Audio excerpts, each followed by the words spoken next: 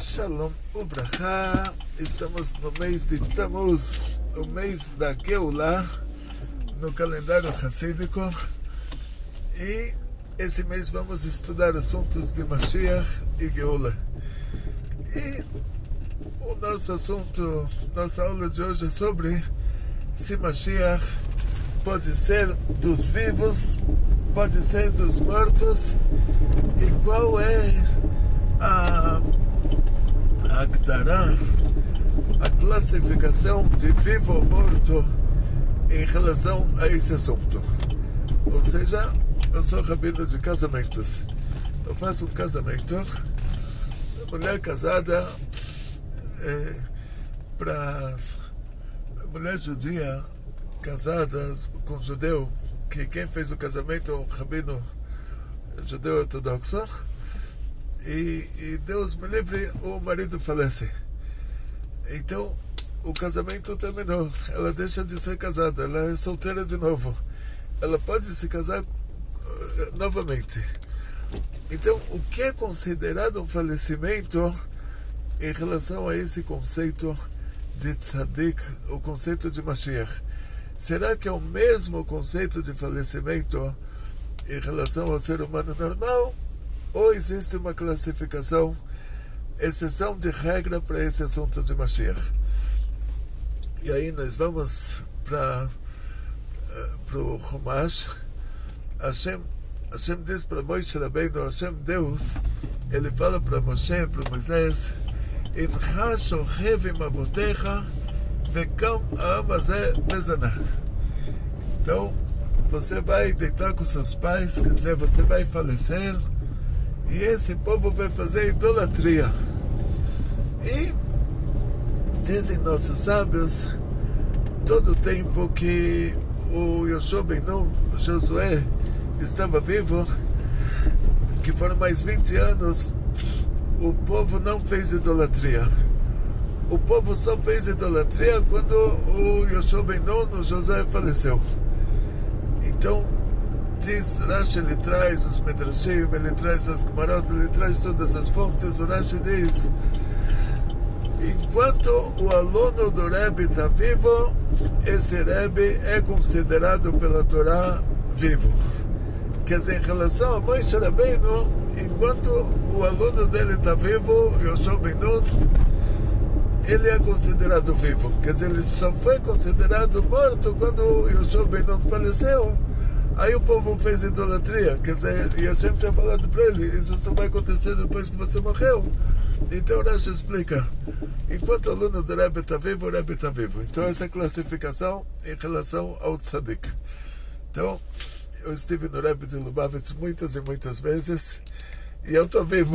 Então, quer dizer, enquanto eu estou vivo, eu estive lá, estudei com o Rebbe, estava em palestras do Rebbe de 4 ou 5 horas em seguida, e muitas vezes, e eu estou vivo. Quer dizer, a definição da Torá, um tzadik como Moshe Rabbeinu, que ele é chamado de o tzadik da geração, enquanto os alunos dele estão vivos, ele está vivo também. Então, é a primeira definição de vida e morte em relação a um tzadik, que vai ser diferente da definição de vida e morte em relação a um ser humano normal, como no exemplo da mulher que se casou e o marido faleceu. Então o marido é considerado morto, ela volta a ser solteira, o casamento é desfeito, ela pode já se casar novamente. Deus me livre, né? Jeito que não aconteça para ninguém.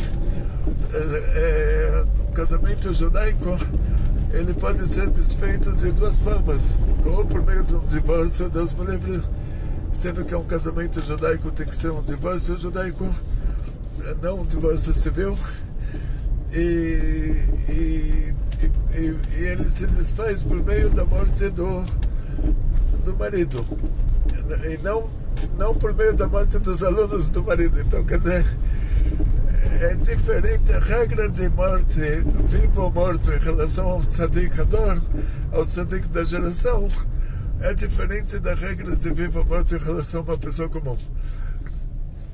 Aí a gente vai agora para Gemará em Sanedrin, que a Gemara fala sobre, pergunta se Mashiach pode vir dos vivos ou dos mortos. Vai ser aplicada essa mesma regra. A Gemara vai te dizer que o profeta Daniel, Hashem falou para ele um versículo: Ve'ata tamod laketz, você vai ressuscitar para Geulah. Então diz a Gemara que, olha, desse versículo você aprende que se tivesse a Geulah na geração do profeta Daniel e ele tivesse que ser o Mashiach, ele poderia ser o Mashiach depois que ele morreu também, mas aí entra essa condição, que tem que ser a geração dele. O que é considerado a geração dele é todo o tempo que os alunos dele estão vivos, aí é considerado a geração dele. Só que quando a gente fala sobre... Aqui em São Paulo sempre tem uns pedágios e eu não sei o que eu faço. Hoje eu distribuo, cada vez que eu paro num pedágio desses, eu dou um biscoitinho, que aí entre o Bom Retiro e Genópolis tem a Cracolândia, né? O maior comércio de drogas da América Latina, deixa a Colômbia e a Venezuela com inveja do desenvolvimento brasileiro. Nós somos um país desenvolvido. Na Colômbia, na Venezuela, não tem uma Cracolândia desse tamanho. E eu tenho medo de dar dinheiro para eles, para não ser cúmplice na morte dele, que com esse dinheiro ele vai cheirar um veneno. E aí eu vou ser cúmplice da morte do coitado, não vai ter tempo de fazer tshuva, de voltar para o bom caminho. Aí eu dou um biscoitinho, e esse biscoitinho eu sei que ele não vai vender, porque ele não tem capacidade, ele não tem controle, né? Se ele tivesse controle, ele estaria trabalhando, e o dinheiro que ele ganhasse no trabalho, ele compraria as drogas, mas ele não tem capacidade de se controlar. Então ele não vai segurar esse biscoitinho até conseguir vender ele, e ele está com fome, então ele vai comer. Aí no lugar de eu ser cúmplice na morte dele, eu sou cúmplice na vida dele, graças a Deus. Mas aí tem casos assim que eles descobriram um jeito de... outras formas assim. Mas não vamos entrar agora, não é uma aula sobre Tzedakah, é uma aula sobre Mashiach. Então a Gemara nos conta que a base disso, que o Mashiach pode ser alguém que faleceu, contanto que seja na geração dele, e a geração ela é contada que todo o tempo que os alunos estão vivos, o Rebbe está vivo, e ele pode ser alguém dos mortos. Eles trazem esse versículo do Daniel, que Hashem fala para ele: você vai ressuscitar para Geulah. Então se a Geulah acontecesse na geração do profeta Daniel, aí ele seria o Mashiach, e teria base nesse versículo. Então a partir do profeta Daniel, dizem nossos sábios, cada geração, mesmo que o tzadik da geração faleceu, e é considerado ainda aquela geração porque os alunos dele ainda estão vivos, ele pode ressuscitar e tirar o povo do exílio. Então, contanto que seja dentro daquela mesma geração. Quer dizer, cada geração tem o Mashiach da geração. E assim falou Rabbi Shimon bar Yochai no Zohar, cada geração tem um tzadik da geração. Esse tzadik, ele é a alma geral de toda aquela geração. Ou seja, ele tem uma ligação espiritual com a geração inteira. E mais um conceito que é aplicado nesse caso é o mesmo conceito que é aplicado a Eliyahu Navi. A Gemara em Masechet Derech Eretz Zutra, ela te traz uma lista de pessoas, 10, 11 pessoas assim, que entre 8 e 11 pessoas, porque algumas elas têm opinião que sim, têm opinião que não, mas pelo menos 8 e não mais do que 11 pessoas que não morreram. Não morreram, que quer dizer que eles subiram vivos para o céu. Ou seja, se ele subiu para o céu, ele não tem como subir com o corpo material, ele tem que receber lá um corpo espiritual. E nessa lista entra o profeta Elias, Eliyahu Navi. E o profeta Eliyahu, uma vez o Rabbi Shimon bar Yochai precisava de selinho de kashrut no Zohar. Tipo, todo livro judaico, ele tem geralmente uma carta de referência de alguém que entende do assunto, que está recomendando aquele livro.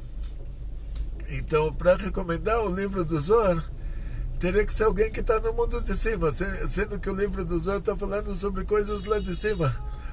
Então, Eliyahu Navi é a pessoa adequada para isso. O profeta Elias, ele está no mundo de cima e também aparece aqui no mundo de baixo. Então, o Rabbi Shimon Bar Yochai pediu para ele vir para uma aula muito importante, chamava Ilula, e tipo um sium, Ilula, a palavra Ilula é casamento, mas quer dizer uma festa de quando você termina um livro, também a gente chama isso de festa. E Eliyahu Navi não apareceu. Depois o Rabbi Shimon Bar Yochai perguntou para Eliyahu Navi, essa aula era tão importante, por que você não apareceu? E Eliyahu Navi falou, olha, eu tinha que salvar o Rav Amnon Saba, e eu tinha que estar lá com o meu corpo material. E quando eu estou no meu corpo material, eu não posso estar em dois lugares ao mesmo tempo. Quando eu estou sem o corpo material, eu poderia estar na sua aula e poderia estar no Brit Milá ao mesmo tempo. E diz o Zohar que quando Eliyahu Navi sobe lá em cima, ele está entre os anjos lá em cima, ele tem um corpo espiritual, que não tem como entrar lá em cima com o corpo material. Quando ele desce aqui embaixo, se ele descer com o corpo espiritual, ele não tem como interagir nesse mundo. Então aqui ele assume o corpo material dele. E essa é a definição da pessoa que não morreu. Quer dizer, ele está lá no céu, o corpo material dele está enterrado aqui nesse mundo. Mas ele tem o poder de aparecer com o corpo material dele a hora que ele quiser. Ou seja, o corpo material dele que está lá no túmulo, de repente entra a alma no corpo e ele lá atravessa paredes e chegou no lugar que o Rav Amnon Saba estava preso, derrubou o muro, quer dizer, mesmo com o corpo material ele tinha superpoderes, derrubou o muro em cima dos romanos e conseguiu salvar o Rav Amnon Saba e os alunos. E dessa história de Eliyahu Navi a gente aprende o que quer dizer uma pessoa que não morreu. Quer dizer, o corpo pode estar enterrado, a alma pode estar lá no céu, no corpo espiritual, mas que a hora que ele quer aparecer com o corpo material dele, ele aparece. E a Gemara traz a lista das pessoas que não morreram, entre elas a Batia, que é a filha do faraó, o Hanor, que é, não sei como se fala em português, acho que é Enoque, alguma coisa assim, que era das 10 gerações entre Adão e Eva e o dilúvio, que era uma pessoa que ele era um tzadik, mas ele poderia cair. Então Hashem levou ele vivo para o céu, ele se tornou o anjo Memtet. E nessa lista está Eliyahu Navi e o Mashiach. Então, se essa pessoa ele é o Mashiach da geração, tipo se a Geulah acontecesse na geração do profeta Daniel, porque o Bet HaMikdash, primeiro Bet HaMikdash tinha sido destruído. Se a construção do segundo Bet HaMikdash já fosse a Geulah, já fosse a redenção final, o profeta Daniel poderia ter sido o Mashiach. Então ele durante a geração dele, ele estava nessa classificação de pessoas que não morreram, sendo que o Mashiach é uma pessoa que não morre. Então cada geração tem o Mashiach da geração. Então o Mashiach da geração está na classificação de pessoa que não morreu. Então enquanto ele é o Mashiach da geração, ele pode aparecer com o corpo físico dele, mesmo que ele já faleceu. Enquanto essa geração é aquela geração dele. E dessa mesma maneira, então, cada tzadik em cada geração, até a nossa geração, que tivemos o mérito de ter o Rebbe de Lubavitch, que ele é o tzadik da geração, é o Rebbe da nossa geração, os alunos dele, como eu, ainda estão vivos, então ainda é a geração dele, e ele está nessa classificação. Eu me lembro quando eu estava em Kfar Chabad, lá em Israel, estudei em Kfar Chabad, na Shiva, no Koilo, fui me lembro no Heidel lá. E quando teve o Gimel Tammuz, que vai hoje à noite, é o dia de Gimel Tammuz falaram, o Rebbe faleceu. Aí ao mesmo tempo falaram, não, os rabinos do Chabad deram um psak, que o Rebbe é Mashiach. E por causa desse psak, o falecimento, o psak quer dizer uma determinação rabínica, né? O tribunal rabínico do Chabad determinou que o Rebbe é Mashiach, tinha lá a carta com todos os rabinos assinados, a maioria deles, e falaram, então por causa disso, a gente não precisa se preocupar. O Rebbe já está nessa classificação de pessoas que não morrem. Enquanto, mas você pode falar, mas é o tzadik da geração? Só que o Rebbe falou que nós somos a última geração. Essa é a diferença entre as gerações anteriores e nós. A Gemara nos conta que os alunos do Rav Shilo falaram que o Rav Shilo é Mashiach, porque ele estava nesse critério. Mashiach tem que ser filho do rei Davi, tem que saber tanto a Torá quanto o rei Davi sabia, tem que fazer com que os judeus voltem para o judaísmo, ensinar as pessoas a Torá. E o Rav Shilo estava nessa classificação. Os alunos do Rav Shilo falaram, o nome do Mashiach é Shilo, e está escrito Ad Shebo Shelo, Ad Shebo Melech HaMashiach Shalom Shelo, Ad Kebo Shelo. Então, na prática, os alunos de cada Rebbe, os alunos do Rebbe Hanina falaram Mashiach Hanina Shmo. Lá diz o Rashi que os alunos de cada Rebbe, eles falaram o Rebbe deles é o Mashiach, porque ele estava naqueles critérios. E cada um daqueles alunos era uma geração diferente. Quer dizer, se naquela geração tivesse Geulah, aí aquele Rebbe seria o Mashiach da geração, de acordo com os alunos dele. E naquela Gemara está escrito, tem quem diz Mashiach Menachem Shmo, e o versículo sobre isso, que cada aluno trazia o versículo relacionado ao Rebbe dele, e o versículo do Mashiach Menachem Shmo, que não está escrito quem falou, que não eram os alunos dele, que ele não existia naquela época, e o versículo era Kirachak Memeni Menachem Meshiv Nafshi, que você distanciou de nós, Menachem, que vai consolar a minha alma, quer dizer que vai trazer a Geulah. E o Rebbe de Lubavitch, ele falou, o nome dele era Menachem, ele era filho até o rei Davi, que ele era até o Maral de Praga. O Maral de Praga, ele tinha o Shalshelet Hussein dele até o rei Davi, a linhagem dele até o rei Davi. E o Rebbe divulgou a Torá para o povo inteiro, o Rebbe sabia a Torá como o rei Davi, estava dentro de todos esses critérios. Então a gente chama isso de resgate Mashiach, que se tiver a Geulah na nossa geração, o Rebbe é o Mashiach. Mas o detalhe a mais que tem aqui é que o Rebbe falou que a gente é a última geração. Essa é a nossa vantagem em relação às gerações anteriores. As gerações anteriores, cada um, se tivesse a Geulah na geração dele, na geração do Rebbe anterior, o Rebbe anterior seria o Mashiach. Se tivesse a Geulah na geração do Alter Rebbe seria o Mashiach. Mas aqui o Rebbe falou, essa geração é a última. E nossos sábios deixaram sinais para a gente saber que estamos na última geração. E nós estamos vendo esses sinais assim, um a um, explicitamente. Absolutamente todos os sinais. Vamos fazer uma aula somente sobre esses sinais. Então, voltando para a Gemara em Sanedrin, ela fala que Mashiach pode ser dos vivos, pode ser dos mortos, dentro dessas condições que esteja naquela mesma geração. Que aquela pessoa que faleceu ainda seja, que aquela pessoa que ele era seria adequado para ser o Mashiach.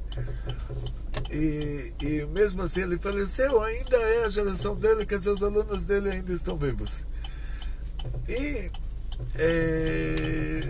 a Gemara em Masechet Derech Eretz Suta, ela fala que o Mashiach não morre. E como você concilia essas duas Gemarot? Aí é simples. O Masechet Derech Eretz Suta, ele está te falando, na lista que ele traz o profeta Eliyahu, o profeta Elias. E o profeta Elias, nós sabemos a história dele. Ele viveu em média 2.800 anos atrás, uma média assim. O aluno dele, o profeta Elisha, testemunhou que viu o profeta Eliyahu subindo para o céu numa carruagem de fogo. Se você for hoje para o Instituto Médico Legal e você falar, olha, eu tenho aqui, meu mestre desapareceu, eu não sei se vou encontrar ele vivo. Aí vão perguntar, tá bom, quanto tempo ele está desaparecido? Há 2.800 anos. Já sai primeiro atestado de óbito lá, morreu de velho. Testemunhas do desaparecimento, o profeta Elisha viu ele subindo numa carruagem de fogo. Segundo atestado de óbito, morreu queimado. E não só isso, a carruagem de fogo atravessou a estratosfera. Terceiro atestado de óbito, morreu congelado. Mesmo assim, a Gemara fala, Eliyahu Navi não morreu. E toda essa alegoria da carruagem de fogo vem te mostrar que ele não morreu, que ele foi levado para o céu em vida. Ele continua vivo. Mas se passaram 2.800 anos, como pode ser que ele está vivo? A pessoa que mais viveu nesse mundo, o Metusalém, não chegou a 2.800 anos de vida. Então isso te mostra que está se tratando aqui de uma situação espiritual. Quer dizer, ele não morreu, quer dizer, ele está lá no céu, ele está no corpo espiritual dele lá no céu, lá no mundo de cima, mas não morreu, quer dizer, ele pode aparecer com o corpo material a hora que ele quer. Por isso que a Gemara em Sanedrin te fala, Mashiach pode ser dos mortos, porque em relação a nós ele está morto. Vai para o Instituto Médico Legal, fala Eliyahu Navi, profeta Elias está vivo ou morto? Vamos falar, depois de 2.800 anos está morto. Subiu em carruagem de fogo, atravessou a estratosfera. Mas a Gemara em Masechet Derech Eretz Suta te fala, Mashiach não morre. Aí, para conciliar as duas Gemarot, você pode falar assim, que a Gemara em Sanedrin, ela está te falando em relação a nós.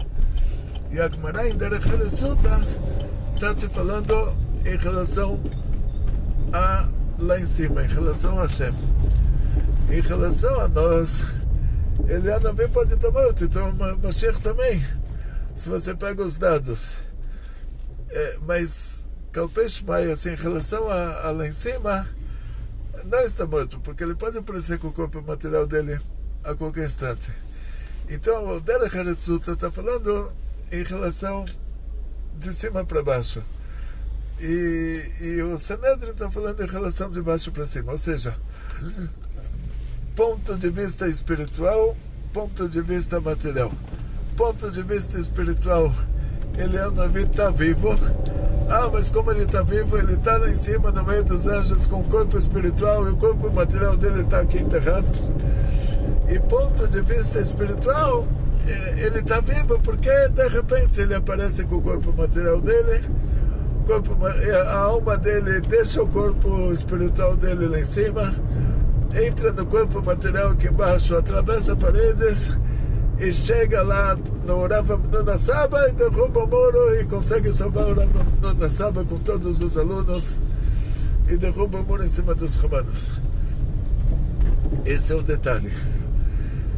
Então são duas visões, a visão de cima para baixo, a visão de baixo para cima. E para terminarmos então o nosso assunto, a aula de agora sobre esse assunto, né? Ou seja, cada vez vamos falar um pouquinho sobre Mashiach, e agora já estamos quase no limite da nossa aula. Para fazer assim a conclusão, o Mashiach ele tem vários sinais. E diz o Rambam, tem uma etapa que é chamada de Reskat Mashiach, quer dizer, candidato chapa única para ser o Mashiach, e tem uma época que é chamada Mashiach Vadai. Então, quando a gente chama alguém de Mashiach, a gente está chamando ele de candidato chapa única. Mas para ele ser Mashiach na prática, e não somente Mashiach na teoria, não somente candidato chapa única a Mashiach, ele teria que construir o Beit HaMikdash. Depois que ele construir o Beit HaMikdash, o templo sagrado de Jerusalém, ele vai trazer todos os judeus, inclusive 10 tribos perdidas, inclusive todos os descendentes de judeus que estão misturados por aí, que não sabem que eles são judeus, trazer todos de volta para o judaísmo, para a nossa Terra Santa. A nossa Terra Santa vai ser do rio Eufrates até o rio Nilos, quer dizer, vai ter as fronteiras da Torá.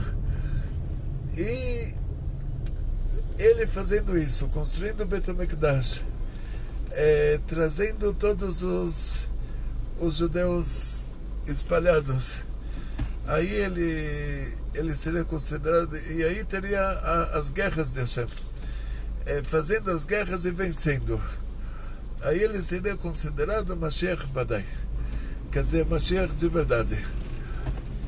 Mas fazer as guerras e vencendo, e aí vamos entrar na pergunta sobre o rei Davi, que ele fez as guerras contra os filisteus, ele salvou o nosso povo de um verdadeiro holocausto, e nos salvou, fez a guerra contra os filisteus e nos salvou.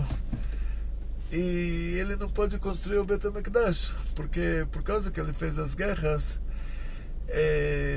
diz o versículo que ele estava com sangue nas mãos. E o Beit HaMikdash, o templo sagrado de Jerusalém, é feito para salvar vidas. E aqui ele teve que fazer essa mitzvah, teve que cumprir a ordem divina de nos salvar dos nossos inimigos, teve que fazer as guerras. Então, ele não pode construir o Beit HaMikdash. Assim falou o profeta para ele, Natan o Navi, Natan o profeta. No começo, o rei Davi falou para o profeta: olha, eu moro num palácio de cedros, e Hashem está numa cabana, no Mishkan, que era um templo móvel do deserto. Não vou falar o nome em português, porque se eu falo esse nome para uma criança na rua, pergunto para a criança o que é isso, nem o adulto vai saber o que é isso também, vai precisar de dicionário. Eles traduzem isso como tabernáculo, traduzem a kippah como solidão.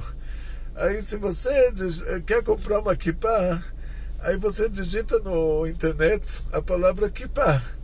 Se você digitar solidão, não vai aparecer coisa da igreja, lá do Papa, e coisas assim.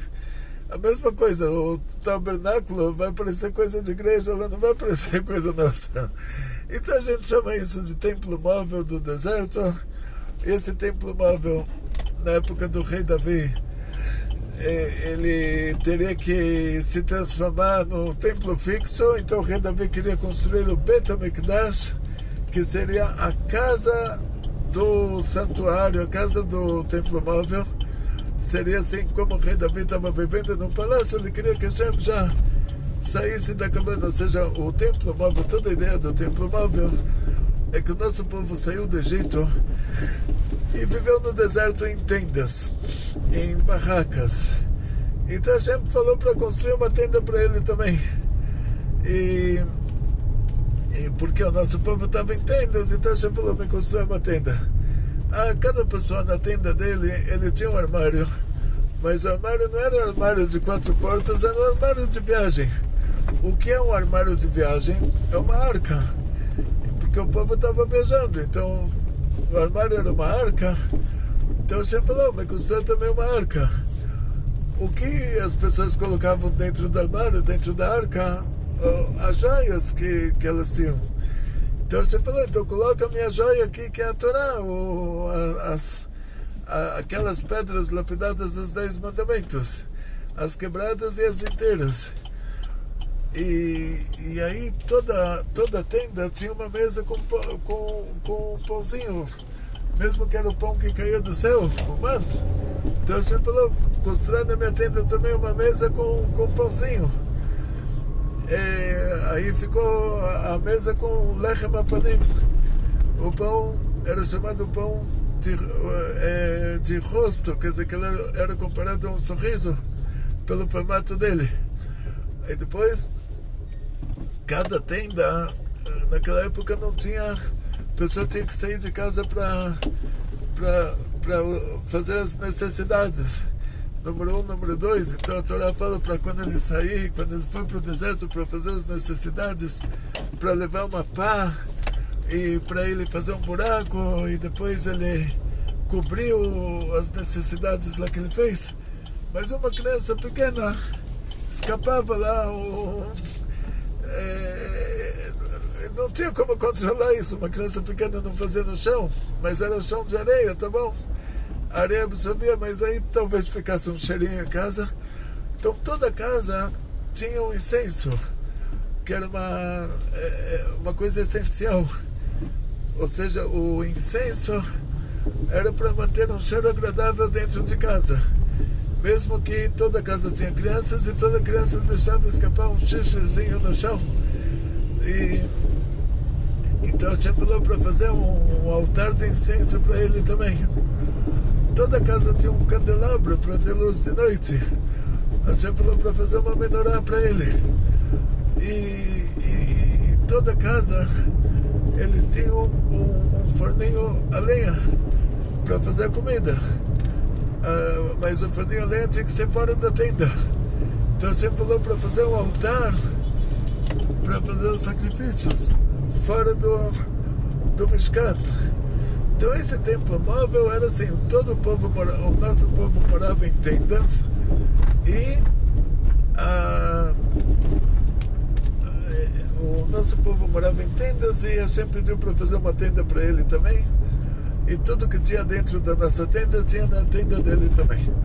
O rei Davi falou, não, agora já o nosso povo mora em casas muito bonitas e eu moro num palácio de cedros, que era última moda na época, tipo a coisa mais cara. Então quero construir para Hashem um palácio de cedros também. E o profeta falou para ele, Natan Navi, tudo que você fez até agora, você teve muito sucesso, faz isso também, uma ótima ideia.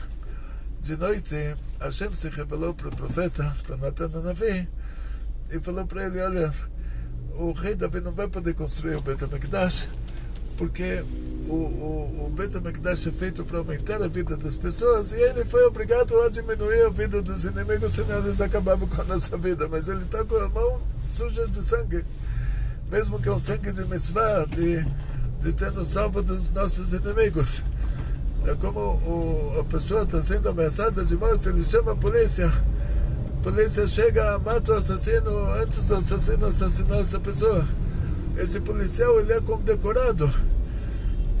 Mas no caso do rei Davi, mesmo sendo condecorado, mas para construir o Beit HaMikdash ele não poderia. Então o Hashem falou para o Natan Navi, para o profeta, fala para o filho que o rei Davi, o filho dele, o rei Salomão, que não vai fazer as guerras, e o rei Salomão, ele vai construir o Beit HaMikdash. O Zohar traz uma solução para isso. O Zohar fala, olha, vai ter Mashiach 1, Mashiach 2.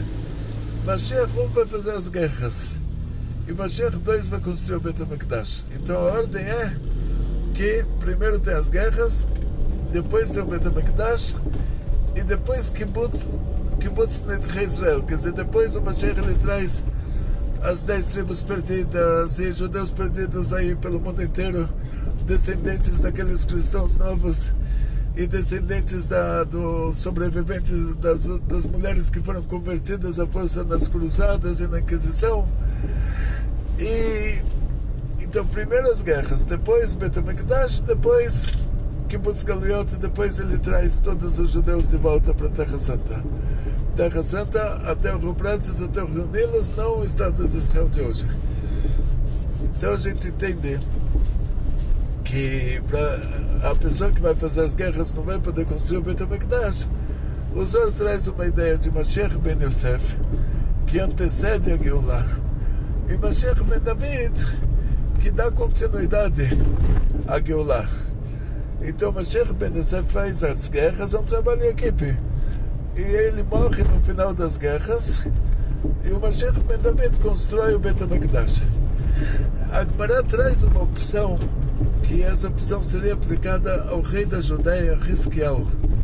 Hizkiyahu, ele era filho de Ahaz, que era um rei da Judeia, um grande idólatra. O Hizkiyahu, ele tirou toda a idolatria da Judeia. Naquele tempo já não tinha mais as 10 tribos. As 10 tribos, o reino de Israel, já eram 10 tribos perdidas.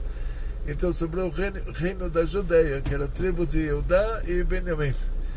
E o Hizkiyahu, ele ensinou o povo inteiro a Torá. E ele conseguiu influenciar o povo inteiro nos métodos que ele tinha na época, né? Cada cidade que ele chegava, ele reunia o povo em volta da sinagoga da cidade. A sinagoga que antes estava cheia de estátuas, e que o rei da Judeia, o Hizkiyahu, ele mandou tirar todas as estátuas dos deuses, dos ídolos que estavam dentro das sinagogas, e quebraram todas as estátuas e colocaram de novo lá a decoração judaica. E o Hizkiyahu, cada cidadezinha que ele chegava, ele fincava uma espada na frente da estátua, reunia o povo inteiro para receber o novo rei, para dar saudações ao novo rei. E ele fincava a espada na frente da sinagoga. Ele falava: olha, gente, eu vou fazer uma nova visita o ano que vem para essa cidade. O ano que vem vou visitar essa cidade de novo e vou fazer uma prova. Quem não estudar a Torá, quem não souber, eu vou enfiar nele essa espada. É claro que ele não iria fazer isso na prática, mas sendo que o rei falou, e era uma época que quando o rei falava era coisa séria, as pessoas levaram a sério. Mesmo que Deus me livre, no judaísmo você não pode fazer uma pena de morte, a não ser nas coisas que a Torá determina. E tem que ter um julgamento de um Sanedrin, um tribunal que fazia uma pena de morte uma vez a cada 7 anos, era considerado um tribunal assassino, e dizem que é uma vez em 70 anos. Mas o rei fez esse teatro e todo mundo estudou Torá, e um ano depois ele voltou para cada cidade e fez provas de Torá. E não tinha uma criança, um menino, uma menina que não sabiam todas as leis de pureza e impureza. Quer dizer, eles estudaram a Torá inteira. Então, chegou o rei da Assíria, esse que tinha levado as 10 tribos para o Escafundó, e ele veio conquistar a Judeia depois que conquistou o mundo inteiro. O mundo inteiro naquela época era do Sudão até o Vale do Rio Indo, não era muita coisa. A Europa era a floresta amazônica, o Brasil não existia. E o rei da Assíria, depois que conquistou o mundo inteiro, cercou Jerusalém.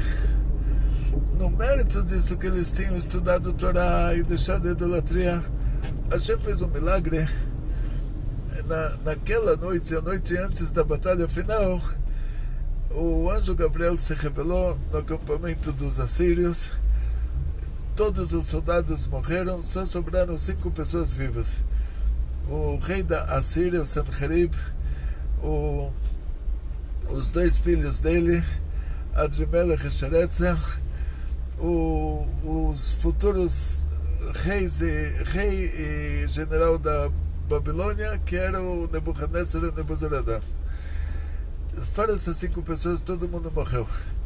E está escrito na Gemara que Hashem queria fazer com que Hizkiyahu, o rei da Judeia, se tornasse o Mashiach, e o Sanherib fosse considerado a guerra de Gog e Magog, que é essa guerra que o Mashiach vai vencer, que ele vencendo a guerra já passa para a próxima etapa, que é a construção do templo sagrado de Jerusalém.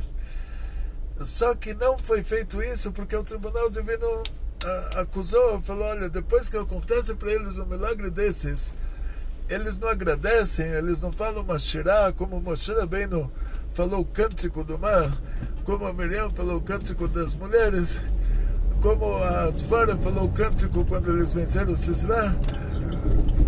Então eles não falaram cântico, quer dizer, não falaram agradecimento, não falaram canto de agradecimento. Então, por causa disso, Hizkiyahu não ficou Mashiach, o Sanherib não foi considerado Gog e Magog. Mas daqui a Gemara aprende que para fazer as guerras de Hashem, o Hizkiyahu, ele não precisou matar ninguém. Ele ensinou a Torá para o povo inteiro. E no mérito disso, Hashem fez um milagre.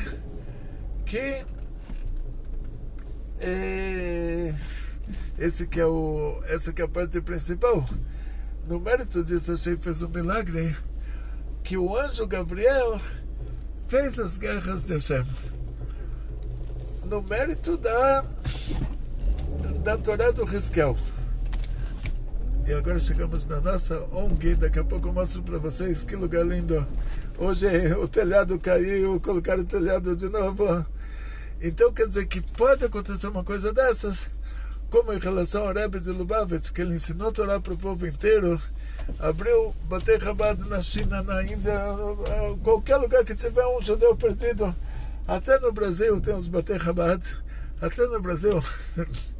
Então, agora mostrar para vocês, temos aqui a honra. Chegamos na nossa instituição. Oba! Chegamos na nossa ONG. Temos aqui o nosso querido Tzadik, nosso querido Lúcio, que veio salvar a ONG. Que o telhado caiu, colocaram outro telhado.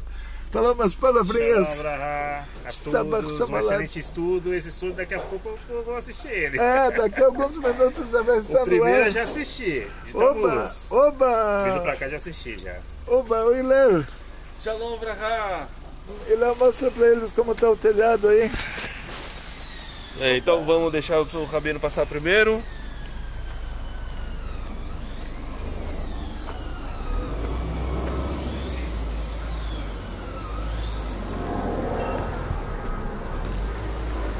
Olha só, gente. Muita sujeira, muita poeira, mas toda reforma é assim. E Baruch Hashem, graças a vocês que tá tudo caminhando bem. Olha, deixa eu ver aqui. Olha só isso. Tá o nosso amigo ali, Givanildo Gilad. Vamos parar de falar o nome em português, vamos falar agora o nome abençoado hebraico, Gilad. É ele que organizou todo esse telhado aqui com profissionalismo, com dedicação. Deixou a família, deixou... tem a parte do Rochelle. O Rochelle já saiu no vídeo. O Rochelle também já saiu no vídeo. Já. Então, e aí descendo aqui, tá meio complicado aqui. Pronto. E agora nossa amorarífica raia tá ocupada lá dentro. E é isso. Muita atividade, tá todo mundo ocupado hoje.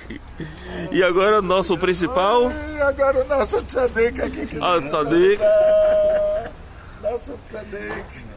E agora o nosso Hiler. Hiler aqui, nosso Tzadik Rabino 2. Rabino 2. Baruch Hashem. Muito obrigado para todos, gente. Muito sucesso, muita saúde, muito dinheiro. Felicidades judaicas de toda a família. Grandes milagres em grande estilo. Bekoltov.